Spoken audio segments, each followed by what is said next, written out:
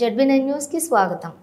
పెద్దపల్లి జిల్లా ఎలిగేడు మండలం ముప్పిరితోట ఆవరణలో పెద్దపల్లి నియోజకవర్గం శాసనసభ్యులు విజయ రమణారావు ఆధ్వర్యంలో ఏర్పాటు చేసిన భూభారతి చట్టం 2025 అవగాహన కార్యక్రమంలోని రామగుండం నియోజకవర్గం శాసనసభ్యులు ఎమ్మెల్యే ఎంఎస్ రాజ్ ఠాకూర్ పాల్గొన్నారు।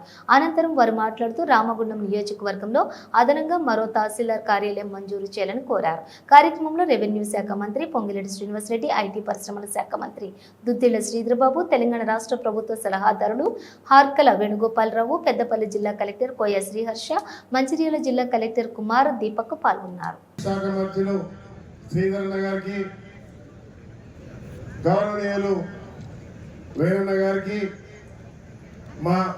మన అందరి ప్రియతమ నాయకులు పెద్దలు స్థానిక శాసనసభ్యులు మా విజయన్న గారికి, అదే మాదిరిగా అన్నయ్య గౌడ్ గారికి, ప్రకాష్ గారికి, వేదిక పైన పెద్దలకి, వేదిక ముందున్నటువంటి నాయకులకి, బంధుమిత్రులకు, అక్క చెల్లెలకు, రైతు బంధువులకు, యువ మిత్రులందరూ కూడా హృదయపూర్వక నమస్కారాలు। మీడియా మిత్రులకు భూభారతి ఈరోజు గత 10 సంవత్సరాలు చిన్న నిజమైన రైతులు అష్ట కష్టాలు పడి ధరణి ద్వారా ఆత్మహత్యలు చేసుకునే పరిస్థితి ఉంటే రాష్ట్ర ముఖ్యమంత్రి రేవంత్ రెడ్డి గారు ఈరోజు ధరణిని తీసి ప్రతి ఒక్క పేదవాడికి అండగా ఉంటానని చెప్పి అనేక మార్పులు చేసి ఇవాళ ప్రతి ఒక్కరికి పూర్తిగా న్యాయం జరిగే విధంగా భూభారతి తీసుకొచ్చిన సందర్భంగా మరి ముఖ్యమంత్రి గారు స్వయంగా జిల్లా జిల్లా తిరుగుతూ ప్రతి ఒక్కరితో మాట్లాడుతూ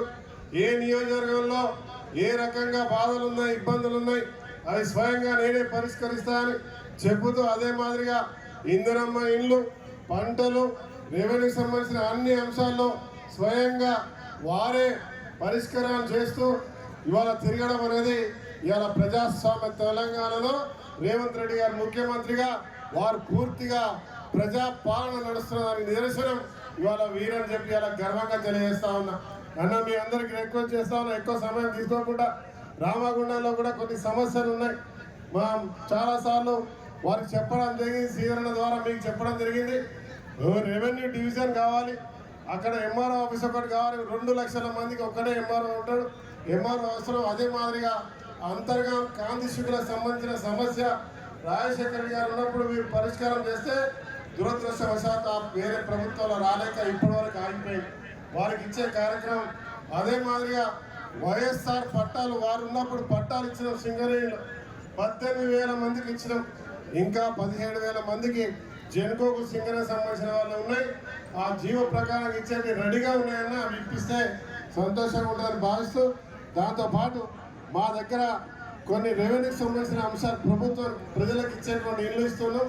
సింగరేణి ప్రాంతంలో ఇల్లు కట్టాలంటే భూముల్లో మొన్న బట్టి గారిని, ముఖ్యమంత్రి గారిని, మిమ్మల్ని కూడా కోరినాం, అవి ఏర్పాటు చేసే కార్యక్రమం సహకరించాలని। తర్వాత మీరు ఇచ్చే ప్రతి ఒక్క అంశం రెవెన్యూదే కాబట్టి ప్రత్యేక దృష్టి మా జిల్లాపై పెట్టాలని మనస్ఫూర్తి కోరుకుంటూ, నాయకులు ఇంకా వేరే ప్రాంతాలకు పోవాలి, పెద్దలు మాట్లాడుతుంది। మరోసారి మీ అందరితో కలుద్దాం। ఈ అవకాశం కల్పించిన మా విజయాలకు ధన్యవాదాలు। Thank you sir.